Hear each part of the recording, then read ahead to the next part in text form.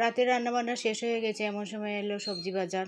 তো সবজি বাজার গুছাতে গিয়ে দেখলাম যে এই ধরনের থাল বেগুনগুলো এসেছে। তো দেখেই তো মাথা ঘুরে গেল, একটুখানি ভর্তা না হলে কি আর হয়।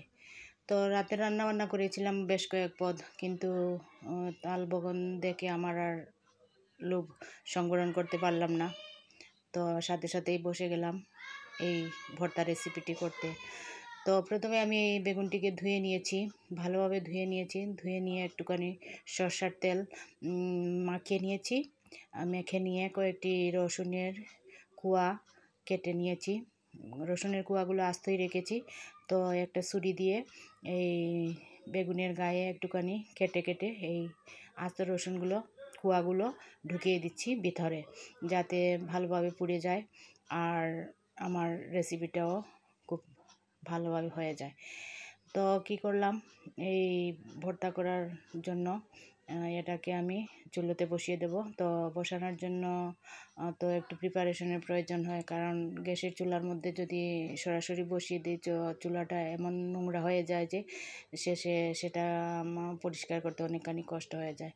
তো ঘরে ছিল পুরনো কিছু স্ট্যান্ড, যেগুলো আমরা গরম তরকারি বাটি বা ভাতের ডেক এই ধরনের স্ট্যান্ডের উপর রাখি।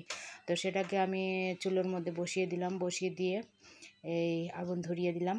ধরিয়ে দিয়ে এই তেল মাখানো এবং রসুন পুড়ে নেওয়া বেগুনটিকে বসিয়ে দিলাম। তো এখন আমি এটাকে এক সাইড হয়ে গেলে অন্য সাইড করার জন্য একটুখানি উল্টে পাল্টে নেব আর ভালোভাবে এটাকে পুড়িয়ে নেব।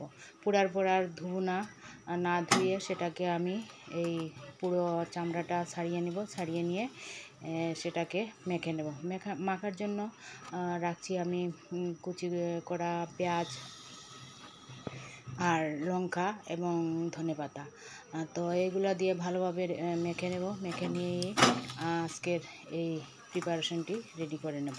তো বন্ধুরা, এই সারা অংশ আমি তোমাদের ভিডিও করতে পারি নাই, লোভ সংগ্রহণ করতে পারি নাই। আমি এই রেসিপিটি রেডি হওয়ার সাথে সাথেই খেতে বসে গেছিলাম, আর এত দারুণ হয়েছিল যে কি আর বলবো। দুটো শুকনো লঙ্কা যে ভেজে এর মধ্যে মেশাবো সেই সুযোগও পাইনি। তো থ্যাংক ইউ বন্ধুরা।